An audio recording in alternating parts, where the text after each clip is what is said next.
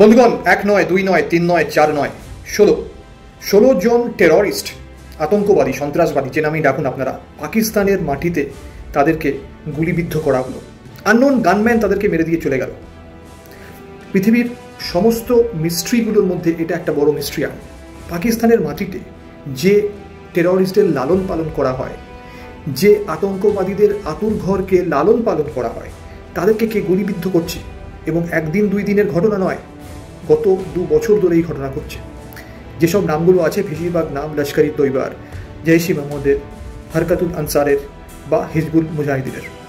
কারা করছে এটা সব থেকে বড় রহস্য এই মুহূর্তে সারা পৃথিবীতে। পাকিস্তানের কি মতামত থাকতে পারে? অবভিয়াসলি পাকিস্তানের অভিযোগ থাকবে সারা ইন্টারন্যাশনাল মিডিয়ার কাছে যে এটা ভারত করছে, ভারতের ষড়যন্ত্র, রিসার্চ অ্যান্ড অ্যানালাইসিং উইং এটা করাচ্ছে পাকিস্তানের মাটিতে। কিন্তু ভারত অবভিয়াসলি সেটা বলবে যে কোনো রকম এক্সট্রা জুডিশিয়াল কিলিংয়ের সাথে ভারত যুক্ত নয়, এবং সেটা অবভিয়াসলি বিভিন্ন জায়গাতেই ভারতের প্রতিনিধিরা বলে এসছে। কিন্তু এখন দ্বিতীয় একটা অ্যাঙ্গেল আছে, সেটা হচ্ছে পাকিস্তানের মাটিতে জঙ্গিদের নিকেশ করা হচ্ছে, অজ্ঞাত পরিচয় গানম্যান গুলি করে চলে যাচ্ছে এবং তাদেরকে খুঁজে পাওয়া যাচ্ছে না। এখনও পর্যন্ত এই 16টা ঘটনা বা 17টা ঘটনা বা তার বেশি ঘটনা হতে পারে, তাদেরকে খুঁজে পাওয়া যায়। এটা কি সম্ভব? কারণ পাকিস্তানের মাটিতে পাকিস্তানের সেনা রয়েছে, পাকিস্তানের নিজস্ব পুলিশ রয়েছে, ইন্টেলিজেন্স রয়েছে, তারা একজন কাউকে খুঁজে পাচ্ছে না, কোনো রকমের কোনো ক্লু পাচ্ছে না। এটা কি সম্ভব? এটা মনে করা হচ্ছে যেটা আইএসআই এর নিজের অন্তর্দ্বন্দ্বের ফল, 1 বা 2 এটা হতে পারে আইএসআই এটা নিজে থেকে করাচ্ছে। তার কারণ কিছু কিছু এলিমেন্ট আছে, সেই এলিমেন্টকে আইএসআই পাকিস্তানের বুক থেকে এলিমিনেট করে দিতে চাইছে, যাতে তারা FATF সেখানকার ব্ল্যাক লিস্টে চলে না যায়।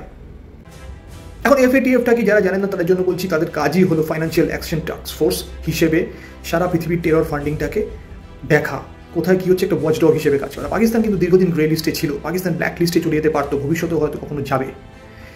একটা মতামত, খুব স্ট্রং ওপিনিয়ন রয়েছে যে পাকিস্তানের ভিতরে ইন্টার সার্ভিস ইন্টেলিজেন্স যারা রয়েছে, তাদের ইন্টেলিজেন্স সংস্থা, তারা ইচ্ছা করে এই ধরনের টেররিস্ট এলিমিনেট করে দিচ্ছে। তার কারণ যদি তারা এলিমিনেট করে দিতে পারে, তাহলে তাদের সামনে ব্ল্যাক লিস্টের দরজাটা বন্ধ হয়ে যাবে। কিন্তু সবথেকে বড় প্রশ্ন এখানে, পাকিস্তান যদি এই অ্যাসেটদের নিজের হাতেই মারে, তাহলে ভবিষ্যতে কী হবে? পাকিস্তানের এই টেরোরিজম ইন্ডাস্ট্রি কোথায় গিয়ে দাঁড়াবে? তারা ব্যাকল্যাশ করবে না তো? তারা উল্টে পাকিস্তানের যে আর্মি এস্টাবলিশমেন্ট আছে, যে ইন্টেলিজেন্স এস্টাবলিশমেন্ট আছে, যে ডিপ স্টেট আছে, তাদের বিরুদ্ধে বিদ্রোহ খাড়া করবে না তো?